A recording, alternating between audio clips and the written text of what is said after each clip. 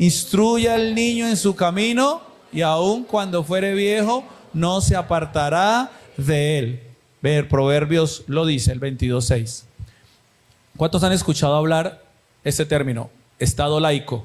El Estado laico es el término que se utiliza para denominar al Estado, nación o país que ha adoptado el laicismo y funciona de manera independiente de cualquier organización o confesión religiosa o toda religión, a diferencia de los estados confesionales, y en el cual las autoridades políticas no se adhieren públicamente a ninguna religión determinada y en las cuales las creencias religiosas no influyen sobre la política nacional. En un sentido laxo, un Estado laico es aquel que es neutral en materia de religión, por lo que no ejerce apoyo ni oposición explícita o implícita a ninguna organización o confesión religiosa.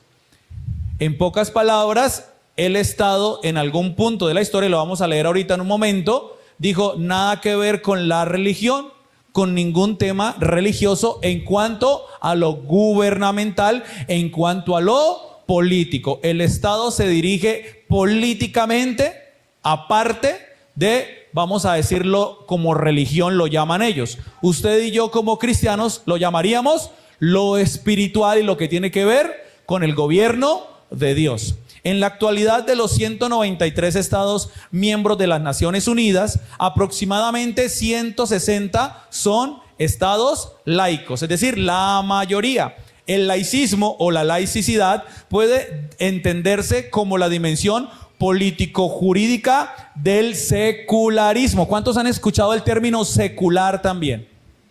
Entonces, lo laico y lo secular, digamos que tienen que ver. Usted dice, no, es que yo vivo en una vida espiritual, pero también habito en un mundo secular, ¿cierto? Que el secularismo o lo secular es el principio de tratar de dirigir los asuntos humanos basándose en principios y consideraciones derivadas únicamente del mundo material, sin recurrir a la religión. Se define más comúnmente como la separación de la religión, de los asuntos cívicos y del Estado.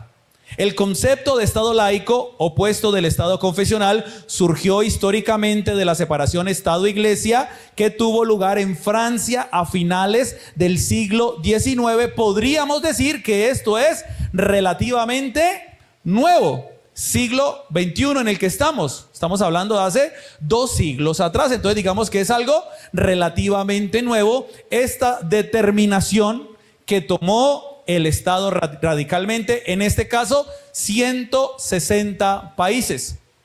Hay algunos estados del Medio Oriente, cuando usted mira el mapa de cuáles son los estados confesionales, y se va a dar cuenta que la mayoría están sembrados o establecidos en el Medio Oriente, con ese tema de los musulmanes y todo lo demás, son estados confesionales. Allá sí, la religión es prácticamente una imposición. ¿Qué se puede leer entre líneas de este tema del Estado laico, pastor? Yo se lo tengo a ustedes, iglesia, que el ser humano tiene una tendencia anárquica, una inclinación a la anarquía y sobre todo a la anarquía espiritual. Quiere hacer lo que le venga en gana y para ello la religión, comillas, le es un estorbo. Y usted y yo sabemos que no es la religión, sino Dios le es un estorbo a la sociedad. Y esta actitud de sacar a Dios no es solamente en Francia, no solamente es actual. Usted voltea a mirar hace un tiempo atrás los canales nacionales, perdón, tengo que decirlo, qué cosa tan maluca, ¿no? Qué cosa tan floja. Primero, el tema de los comerciales, y segundo, el tipo de programas que hacen. Ayer quisimos ver un momentico de algo de un canal nacional y nos comimos como media hora de comerciales, y los comerciales anuncian otros programas de televisión que dan en esos canales nacionales, y uno dice, ¿para dónde va esto? Con razón, los papás son como son y dejan ser como dejan ser, y dejaron y abandonaron el lugar, el rol que le corresponde como padres, mentores, guías, modeladores, como el que modela la arcilla, como el alfarero con el barro. Dejaron ese papel a un lado porque hay toda una sociedad anárquica. Y usted ve, ¿y cómo se llama usted? Le pregunta a usted a la pelada cantante por ahí, la que decía, ¿ñero qué hizo? ¿Cómo se llama? Anarquía. Y todos, ay, qué bonito nombre. Porque se lo quieren plasmar, se lo quieren tatuar, lo quieren vivir así. Porque ya no solamente la anarquía tiene que ver con el Estado y lo espiritual, ya hasta en la propia casa. Yo veía el comercial ayer de un programa que se llama La Tía no sé qué.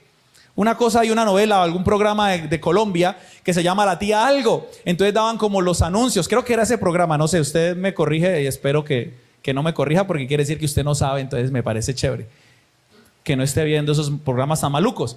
Pero La Tía algo, y el comercial decía, eran todos buscando como una niña, un niño, nunca supe.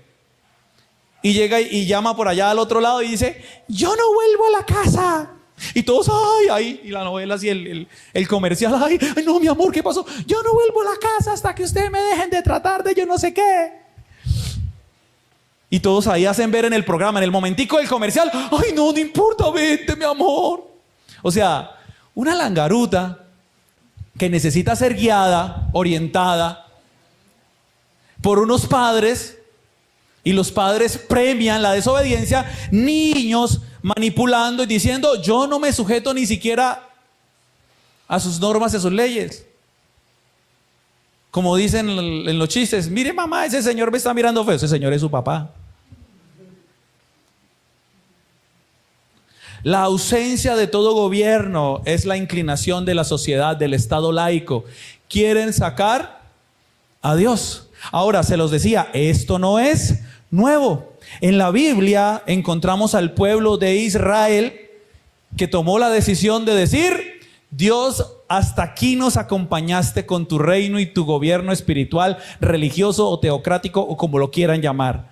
A partir de ahora nosotros queremos rey. Primer libro de Samuel, capítulo 8, versículo 4.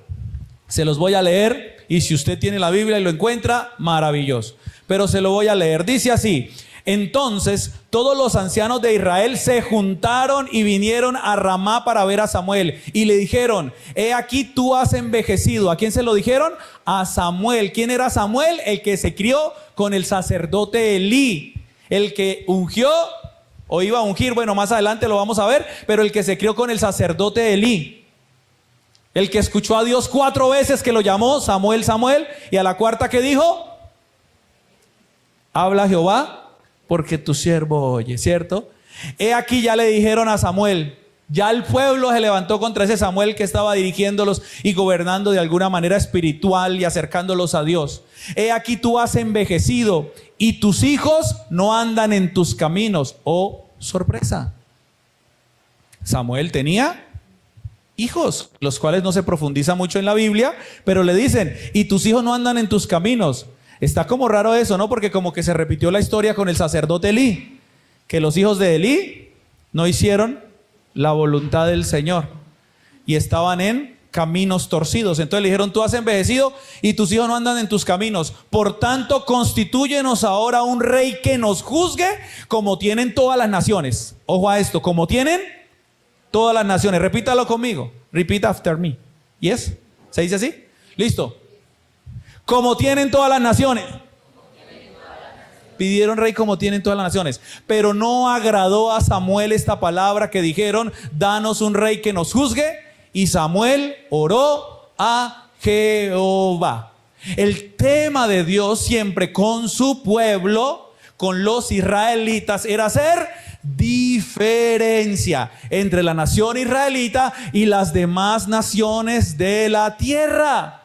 Era marcar una diferencia, que se entendiera que Israel tenía un Dios que los gobernaba, un Dios que les estableció 10 mandamientos, un Dios que le dio un código cívico de gobierno para la sociedad, un Dios que quería levantarlos como una nación, como un pueblo de bendición.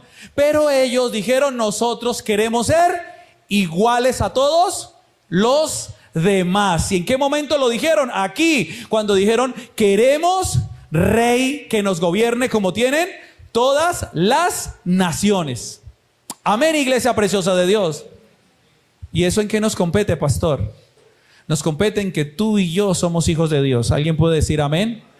Tú y yo somos una gente diferente. Sí, somos pueblo de Dios y aparte de ser pueblo de Dios, ahora somos hijos de Dios. Y al ser pueblo de Dios e hijos de Dios, tenemos una identidad marcada por nuestro Dios.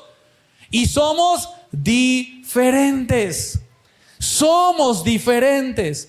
Que la sociedad quiera ser anárquica, que la sociedad quiera alejar a Dios, comillas, a la religión, o sea, a Dios, de sus normas y sus leyes, es una cosa. Pero en nuestra vida, en nuestro corazón, debemos tener claro que nosotros somos diferentes y no desplacemos por el amor de Dios al mismo Dios de nuestras decisiones, de nuestro día a día, de nuestra vida. Y Dios no sabe para qué nos lleva ahorita en esta prédica.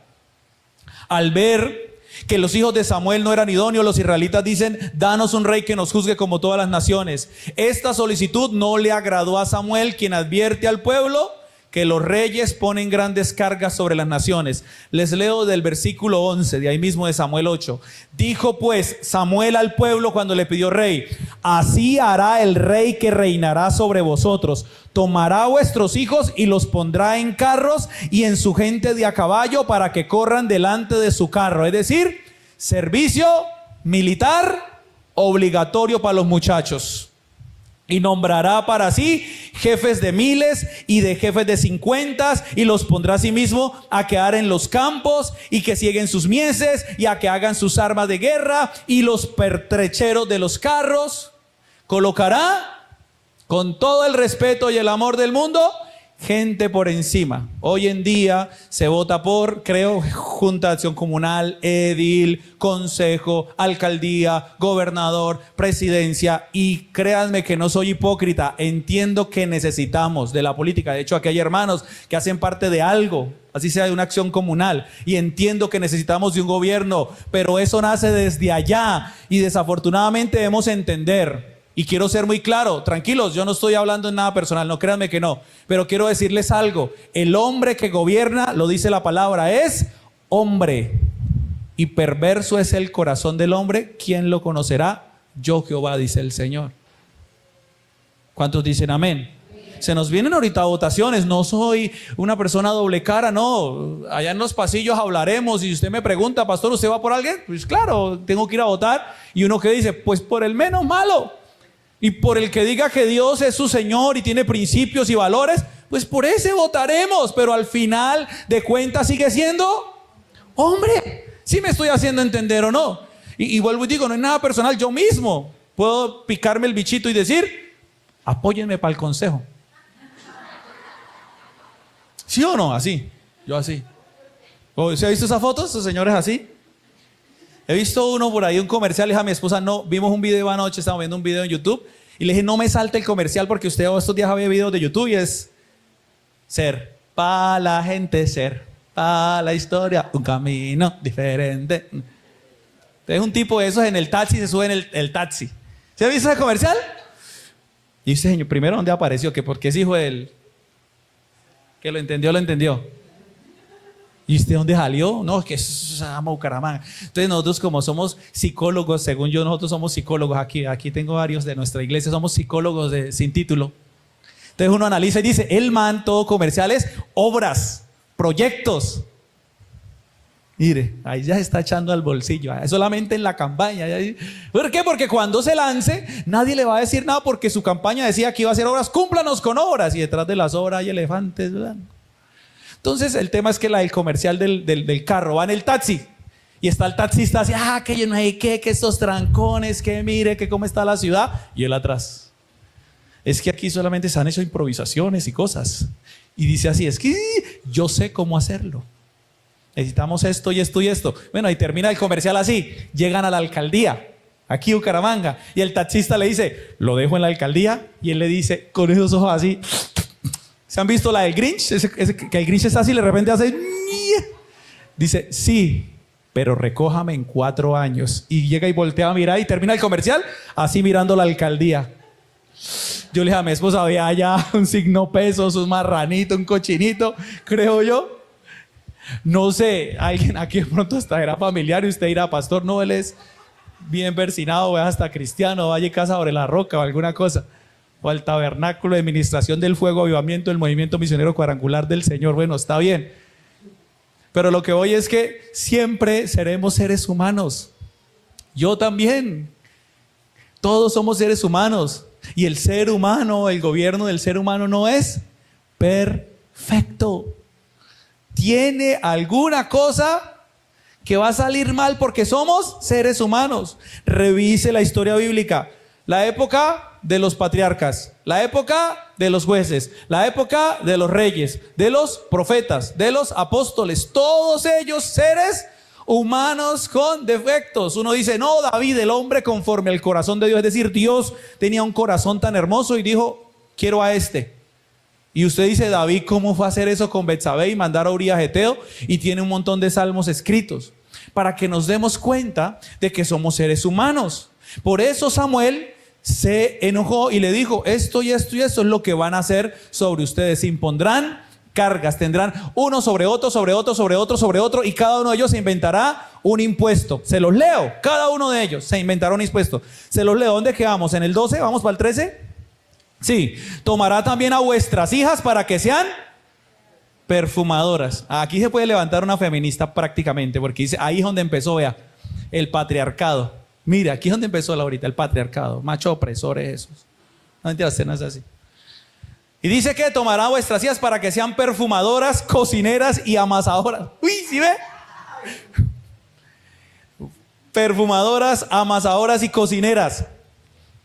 Asimismo, tomará lo mejor de vuestras tierras, de vuestras viñas y de vuestros olivares, y los dará a vuestros siervos. Diezmará vuestro grano y vuestras viñas para dar a sus oficiales y a sus siervos. Es decir, lo que usted cultive, lo que usted guerree, las manos en el asadón, el sol incandescente, el orar por esa tierra, profundizar esa tierra, arar esa tierra, valga la redundancia, árida y seca, y usted luego por fin tiene una cosecha, va a llegar alguien de cuello blanco y le va a decir, voy a diezmarle, denos el impuesto que nos corresponde, pero yo lo trabajé, pero esta tierra es mía. Esa tierra es del Estado, papá.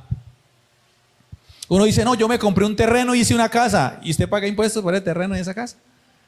Entonces, ¿realmente ese terreno realmente es de uno? Usted tiene cualquier cosita y le cae la diana y le cae todo y le cae... Les estaba diciendo el gobierno humano y los advierte, va a traer todo esto, ¿cierto? Ahora dice, tomará a vuestros siervos y vuestras siervas, vuestros mejores jóvenes y a vuestros asnos, y con ellos hará sus obras. Aquí ya estamos viendo casi que esclavitud.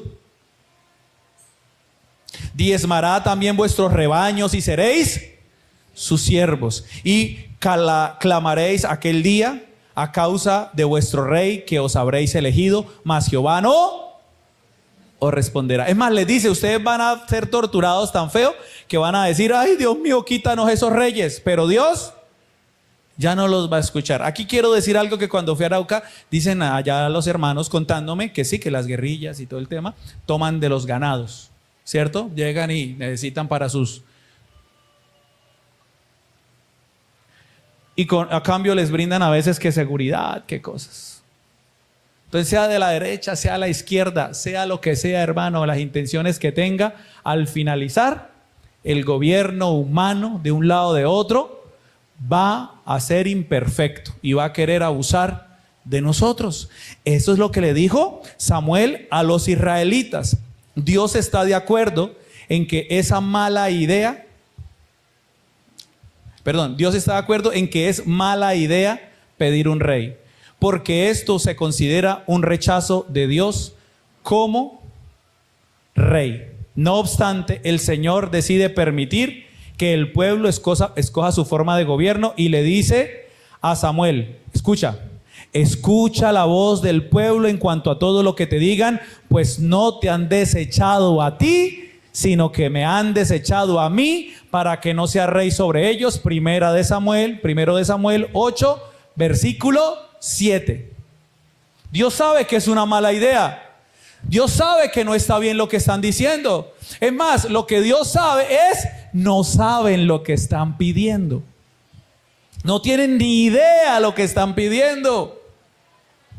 ¿Cuántos como papás a veces le miramos a nuestros niños y decimos, es que no tienen ni idea lo que me estás pidiendo, mi amor? Porque nosotros como papás sabemos, ¿cierto? Y decimos, no tienes ni idea, mami linda, mi amor bella. Seguro. Yo conozco a Machetazo desde que era así, un pelado que le dicen Machetazo, imagínense. Yo conozco a Machetazo. Tú no tienes ni idea. A veces la mamá hasta lo vio en la esquina precisamente besuqueándose con 2 y 3 y entregándoles un reloj que se acabó de robar en la 15:34. Y la niña acá llorando y diciéndole, y usted por dentro, mi amor, usted no tiene ni idea. Mamá, es que ya decidí por Machetazo. Es más, mire, Lady y M, o sea, Lady Machetazo. Aquí tatuado ya. Dios sabía que era una mala idea, Dios sabía las consecuencias y los advierte. Sin embargo, como no oyen, le dice el Señor a Samuel, mira Samuel, ¿sabes qué? Escúchalos. Escúchalos. A eso es lo que le llaman en la teología quizás la voluntad permisiva de Dios. El libre albedrío que Dios deja. Está bien, escúchalos y que hagan lo que quieran, porque no te han desechado a ti, sino me desecharon a mí. ¿No les recuerda a ustedes cuando Pablo perseguía a la iglesia y se aparece el Señor en un resplandor y le dice a Pablo, Pablo, ¿por qué? O Saulo, Saulo, ¿por qué me persigues? No le dijo, ¿por qué persigues a los cristianos? ¿Por qué persigues a la iglesia? ¿Qué le dijo? ¿Por qué me persigues? Dios le dijo, no te desecharon a ti, me desecharon a mí. Como lo dice el erudito bíblico John Goldingay, Dios comienza a trabajar con su pueblo en donde éste se encuentre. Si no pueden seguir su camino más alto, Él traza uno más bajo cuando no responden al Espíritu de Dios o cuando se dejan llevar hacia la anarquía. Él provee el salvoconducto institucional de los gobernadores terrenales. Algunas veces Dios permite la existencia de instituciones que no son parte de su propósito eterno. Y uno de los ejemplos más claros es la monarquía de Israel. La Biblia dice en el Nuevo Testamento que nos sujetemos a las instituciones humanas porque fueron impuestas por el Señor. Su divina providencia igual va a estar ahí. Por eso soy uno de los que creo que hay que salir a votar, que hay que sujetarnos a la dirección de tránsito de Bucaramanga, a la policía, al ejército. Soy de los que creo que hay que hacerlo, porque si no, esto sería de verdad un completo caos. Ahí sí la anarquía se tomaría la ciudad de los pueblos y las naciones, que es hacia donde quizás está apuntando todo esto. Por eso debemos entender que aunque no es el propósito eterno de Dios, hay un propósito que Dios permite que se cumpla a través de estas instituciones. ¿Cuál? El siguiente, se lo dije, se lo advertí. Me decía mi papá, no hizo caso. Es ese. El de decir, ok, lo van a hacer, hay un propósito igual ahí, para que aprendan. Tanto Dios como Samuel mostraron una gran humildad, resiliencia y gracia al permitir que Israel tomara decisiones, cometiera errores y aprendiera de las consecuencias. En muchas situaciones institucionales y laborales, el liderazgo se debe ajustar a las malas decisiones de personas, pero al mismo tiempo debe dar oportunidades de crecimiento y gracia. La advertencia de Samuel a Israel podría servir fácilmente como una oportunidad, como una advertencia actual para las naciones, negocios, iglesias, escuelas y otras organizaciones. En nuestro mundo caído, las personas abusan del poder y tenemos que adaptarnos y al mismo tiempo hacer lo que podamos para cambiar las cosas. Nuestro anhelo es amar a Dios y tratar a las demás personas como Dios manda en la ley dada a Moisés, la cual ha sido extremadamente difícil para el pueblo de Dios en todas las épocas. Miren, aunque Dios permite en su voluntad permisiva, no porque sea su voluntad eterna, tomando como ejemplo con todo el dolor de nuestro corazón de lo que está sucediendo en estos momentos con nuestra hermana Jess y familia, en su voluntad eterna, ¿usted cree que el Señor quiere que una pequeña de 5 años fallezca de esa manera? Sería un indolente uno, y uno decir, Dios, usted es perverso y malo entonces. Y decir, Dios, usted quería que así sucedieran las cosas en su voluntad eterna y su propósito justo. Claro que desde luego, que por supuesto, que no. Sin embargo, gracias, mami linda, como el ser humano toma decisiones en la vida pues suceden incidentes y accidentes, punto, pare de contar. Es consecuencia de los actos de nosotros, punto. Pero ahí está la voluntad eterna de Dios, que igual nos recoge y nos abraza en su amor. Iglesia preciosa de Dios, los gobiernos actuales, tengo que decirlo, están muy mal. Hijo mío, Nelly, me acompaña un momentico. Bastante mal. Lo que les acaba de leer, que usted dirá, pastor, leyó mucho, ¿de qué se trata eso? Iglesia, es que nosotros tenemos que adaptarnos y ajustarnos a las cosas como están hoy en día. No podemos agachar la cabeza, no podemos bajar los brazos, no podemos darnos por vencidos. ¿Usted cree que la voluntad del Señor es que, con todo el respeto que se merece ese Señor, nos gobierne Petro? ¿Usted cree que el lema del Señor Dios Todopoderoso es vivir sabroso? Otro expresidente firmó la paz, se ganó un Nobel por eso. ¿Usted cree que esa es la voluntad eterna del Señor? ¿Que alguien se gane un premio por hacer un firmado de mentiras? Yo estuve en Arauca y lo primero que le pregunté a los pastores allá metidos en el río, cuyo sauna, baño turco, ¿cómo se llama eso? Burbujas, ¿cómo se llama eso? Aguas termales, parecíamos miquitos entonces, allá aguas termales. Jacuzzi natural en el río de una río Arauca. El pastor mayor que yo, un señor mayor, gracias a Dios me dio ese privilegio hermoso de estar con él, uno de sus hijos y yo, y allá hablábamos casi que en voz baja. Aquí se puede hablar. Entonces yo ahí, en ese momento, me dediqué a hacer todas las preguntas de la guerrilla que podía hacer, porque estaba ahí, al lado de Tame, al lado de Arauquita, en Fortul, en el pleno corazón. Y aprendí bastante. Me enseñaron cuáles son las ateas y cuáles son las creyentes, cuáles son las marxistas y cuáles son las que respetan un poco más la religión. Me enseñaron cuáles eran sus ideologías iniciales, comillas, justas al parecer al inicio. Me hablaron de todo eso. Pero al finalizar de la historia, mis amados, preciosos y bellos del Señor, siguen siendo seres humanos que cometen atrocidades y barbaries. Iglesia preciosa y bella de Dios, hoy en día la sociedad, con estos gobiernos que tenemos, con esos lemas, yo les preguntaba ahí en el río, ¿cómo les fue con el firmado o el tratado de paz de Santos? ¿Se sintió? Casi me pegan, santamente, cristianamente.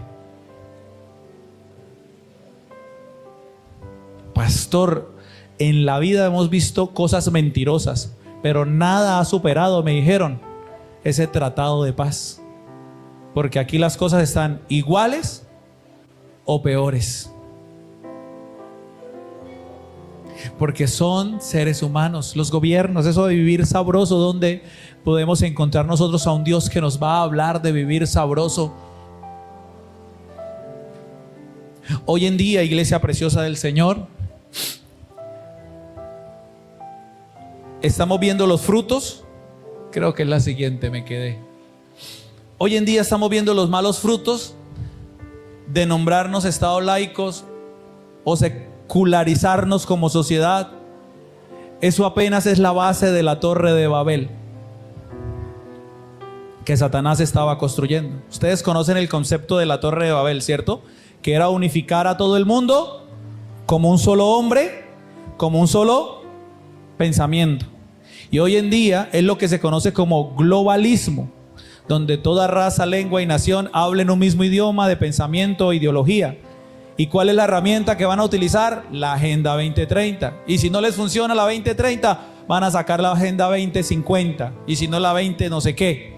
Hasta que se logre sacar al estorbo más grande que tienen como gobierno para gobernar. ¿Y quién es el estorbo más grande que tienen? Lo dijimos al inicio. ¿Quién? ¿Quién? Dígalo. ¿Y cómo lo llaman ellos? Religión. Y como el mundo hoy en día es un caldo de cultivo de religiones, como cuando usted va al supermercado, pues a Dios lo empacan en medio de todas esas sectas y religiones. Iglesia, ¿es serio lo que les estoy hablando?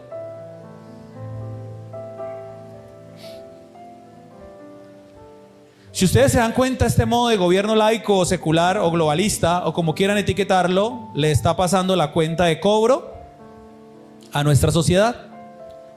Muestra de ello las leyes pro aborto, el feminismo, la ideología o la aberración de género mejor, la pedofilia, que cada vez es más vista con buenos ojos que con malos ojos, y cosas semejantes. ¿Cuánta hipocresía hay? Ya les voy a decir por qué. Ese es el sistema de este mundo. Ese es el sistema que nos está gobernando. Hacia allá nos están llevando. La herramienta distractora, diga conmigo, entretenimiento. Porque el entretenimiento, lo dice la palabra, te entretiene. Quedas ahí. Y mientras tú te entretienes, están sucediendo cosas. Entonces se levantan gobiernos como el actual a decir vivir sabroso. Colombia, potencia de la vida. Me llamo Gustavo Petro, dijo el faraón ese día, y soy su presidente.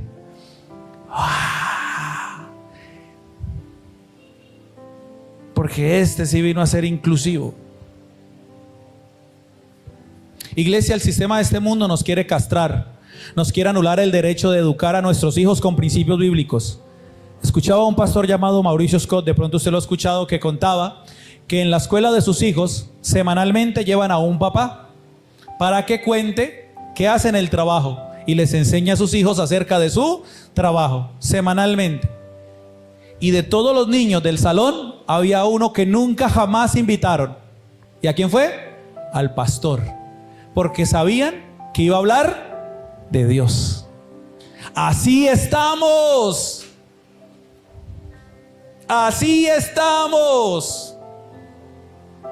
Y escuché esto porque el mismo estado que te prohíbe, escucha esto, el mismo estado que te prohíbe hablar de Dios a los niños, es el mismo estado que nos busca para que vayamos a las cárceles.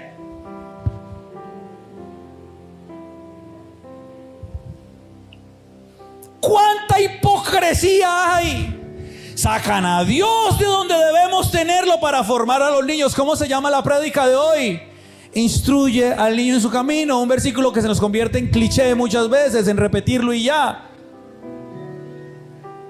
Pero nos prohíbe el Estado, el gobierno, que quiere sacar a Dios de toda esfera y de todo escenario, para que no se hable de Dios. Pero eso sí, eso coloquen parlantes. Alguien en un carro, colóquelo y que totee toda la noche. ¿Sabe cuánta policía llega? Ni una sola. Hable usted del Señor y diga: Dios, arrepentimiento, amor de Dios, cambio en Dios, y automáticamente tienes que pagar Saico y Asimpro 7 millones de pesos. Pero luego el mismo Estado que te dice: no, somos laicos. Colombia es un Estado laico, entra entre esos 160 países. Pero cuando se trata de una cárcel, de un sanatorio mental, de una UCI, corran rápido a buscar a esos pastores que alguien se está muriendo de SIDA o una enfermedad de transmisión sexual por estar haciendo lo que no debía. Pero cuando debíamos estar aquí, en el punto importante de su vida, de formación, de niñez, ahí no se podía hablar de Dios. ¿Usted sabe cuánta gente dejan entrar a las cárceles de cualquier tipo de religión o lo que sea para que hablen de Dios? Muchísima. Yo no tengo ese ministerio, tengo que ser claro acá. Antes de que usted me diga: pastor, ¿usted por qué no va cada 8 días a la cárcel? Yo no tengo ese ministerio. He entrado una sola vez a predicar y fue a la cárcel de mujeres de la 45. Y estuve allá y prediqué. Me llevó el pastor Ángel Elcinales, el de la 27. Me dijo: pastor Arley, usted es vamos y quede una entrada y usted es el que va a ir a predicar. Y yo fui, prediqué y bien. Pero cada quien tiene su ministerio y su llamado. Y me aterra, conozco al pastor Omar de Provenza, también me invitó hace poco y me dijo, si quiere vamos. Yo voy todos los viernes, creo que es, aquí aquí la de los hombres, la de varones. Y conozco mucha gente que va y predica porque necesitan y les abren las puertas a Dios en esos lugares. Pero yo le digo una cosa, que he estado tan hipócrita, que nos está castrando la oportunidad de predicar a los niños. ¿Cuántos se vieron la película A Prueba de Fuego? A Prueba de Fuego, Cuarto de Guerra, Corazón ese de Valiente. ¿Se acuerdan los actores, no? De esas películas. Ellos son pastores, ¿no? Y este año son gente que es pro familia en Estados Unidos. Cada día más desplazan a Dios.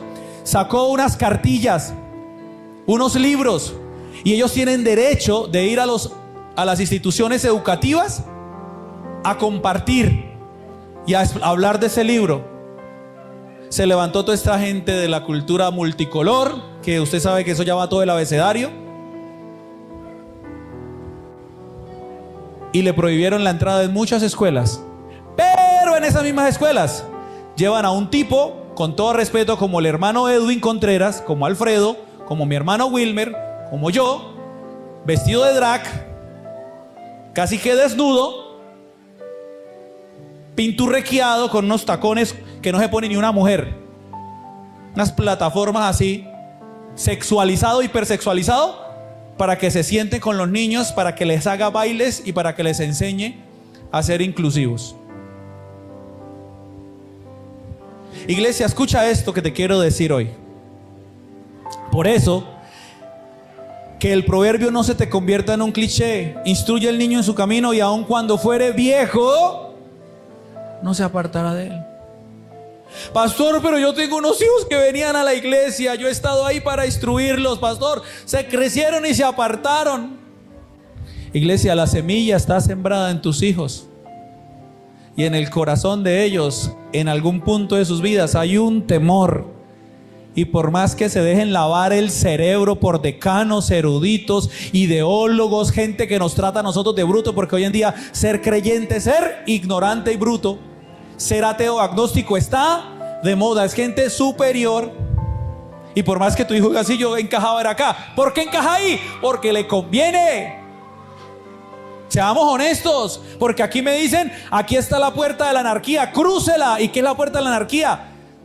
Todo, como dice el lema de Barbie, tú puedes ser lo que quieras ser, es el lema de Barbie.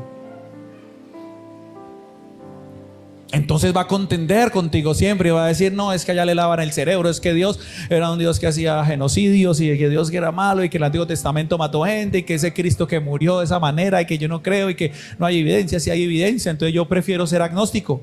Es decir, ni afirmo ni niego la cosa. Porque le conviene.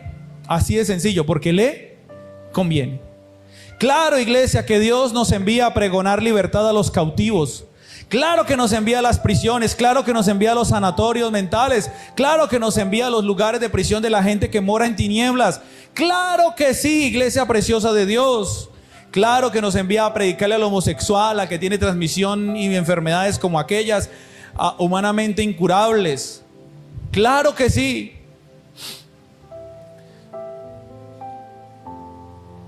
Y Dios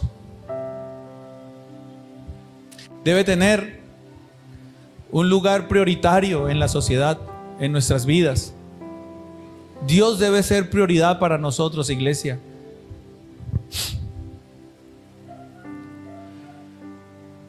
Ustedes saben que yo soy amante de lo escatológico y por eso pongo aquí imágenes aterradoras, imágenes medio raras, imágenes confusas.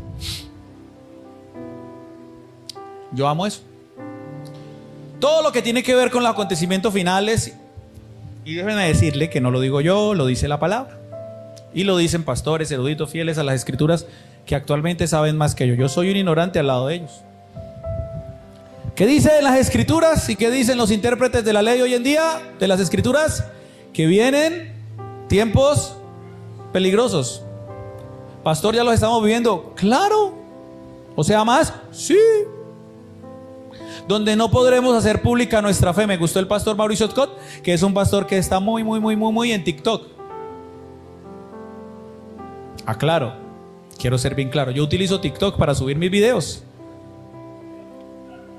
y toca limpiarlo cada ratico, porque yo le digo siempre a la gente, TikTok es porno o preporno para los que ya están metidos en esa área, es preprostitución o prostitución para los que saben de ese tema, porque para eso se presta. Yo no sé cuáles son las restricciones de redes sociales como esas tan tóxicas y tan nocivas, cuáles serán, digo yo. Pero me llega un pastor Mauricio Scott que está pegadísimo. Creo que ya va para 1 millón de gente ahí. Y él decía lo más de bonito y sonriente.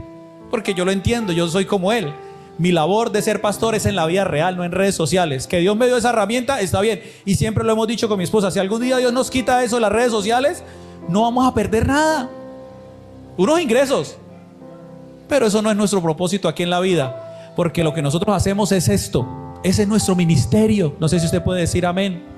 Yo sé que allá afuera muchos siempre se pelean cuando alguien muere. No es el caso de mi Lucianita hermosa, pero cuando alguien muere mayor, todos están allá peleándose por quién se queda con la puerta, quién se queda con la ventana, quién se queda con la lavadora, quién se queda con la matera, quién se queda con el perrito, quién se queda con el loro desplumado. Pero hay algunos, uno que otro, que todos esos que están llorando escuchan un mensaje de salvación y se dan cuenta que lo más importante en la vida, miren, volteen a mirar a su ser querido. Dejo un ejemplo, ¿qué se llevó? Nada, ni la ropa que tiene puesta porque se va a podrir. No me las quiero dar de Superman ni de nada, pero créanme que la labor que hacemos los cristianos, que es una labor, tengo que decirlo, en esta sociedad que saca a Dios de todo, somos gente relegada, somos gente que no les importa, pero eso es lo que apoya el gobierno. ¿Y los cristianos qué son? Allá miren los loquitos esos, los bobitos esos, los borregos allá dale el diezmo a... Si ellos supieran, si la sociedad supiera, Dios mío, si se dieran cuenta que el mensaje que llevamos como cristianos es el mensaje que trasciende esta vida, un mensaje que a vida eterna lleva, un mensaje poderoso de salvación, el mensaje más trascendental del ser humano. Por eso usted nunca deje que el Estado, el gobierno, la sociedad, el sistema actual le castre, le quite la oportunidad de llevar a Dios. Escucha esto. Se vienen tiempos difíciles, vienen tiempos donde no podremos hacer pública nuestra fe. Decía el pastor Mauricio, dice, ya dentro de poco me van a cerrarte este TikTok, dijo. Ya dentro de poco. Ya no se podrá. No se podrá, pero lo decía con una sonrisa. Pero yo sé por qué él se sonreía. Yo creo que los que lo siguen dirán, ¡ay, no! Porque yo sé que Dios no es redes sociales. Que Dios no está en un lugar, espacio de algún momentico. Dios es real, Dios es verdadero, Dios es eterno y Dios trasciende cualquier cosa que quieran cerrar. Vendrán tiempos donde no podremos hacer pública nuestra fe ni festivales de la familia, créanlo, ni en las calles, ni en los medios de comunicación, ni en redes sociales. Y esto es para ustedes, iglesia. Pero hay un lugar donde sí tenemos las puertas abiertas de par en par para hablar de la palabra de Dios. ¿Y dónde es? En nuestro hogar. ¿Y dónde es? En nuestra casa.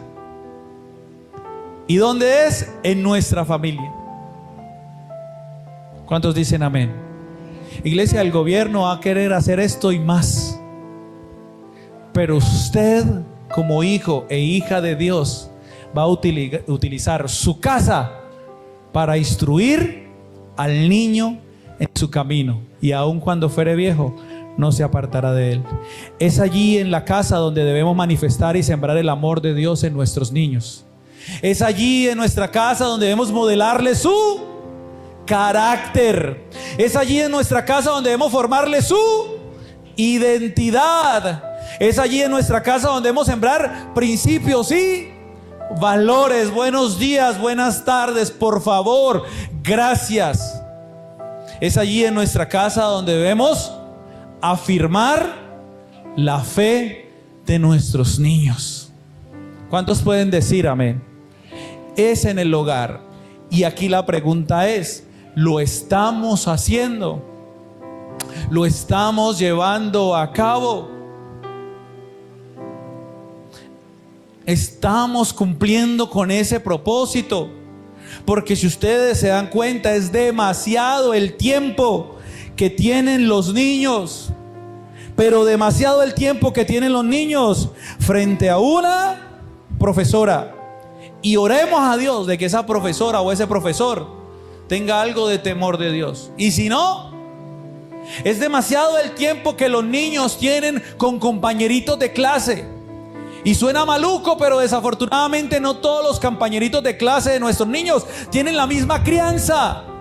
Por eso cada vez, escúcheme, baja más la edad en la que usted debe enseñarle cosas a sus niños. Antes usted decía, ay, venga, le explico. Imagínese que una abejita se paró sobre una florecita. Y luego esa abejita le picó a su mamá. Y su mamá quedó embarazadita y así nació usted. ¿Cuántos años tenía Farik? 25. No, mentiras. ¿Cuántos años tenía el muchacho? ¿Cuántos años tenía el niño? 12. ¿Cierto? Pero ahora usted tiene que cogerlo bien pequeño. Porque el niño le pregunta a uno, papá, ¿qué es una? ¿Y qué es un? ¿Y por qué fulanito le dice a fulanito y le coge a fulanito en el colegio, en el salón? ¿Y por qué si sutanita con sutanita se dieron besitos? ¿Y por qué me dicen que cogieron al papá y a la mamá haciendo esto? Joelito ha estado quisquilloso y nos ha dicho a nosotros qué hacen en el cuarto. Y toca a uno sentarse y explicarle cosas, papi, orando, siempre orando. Pero toca explicarle cosas. Discúlpeme si soy hoy un poquitico abierto, ya es lo más abierto que puedo ser. Creo que ya rompí mi récord. Por este año no esperes más. Pero cada vez, iglesia, nos corresponde a nosotros. No le dejes esa enseñanza a los demás.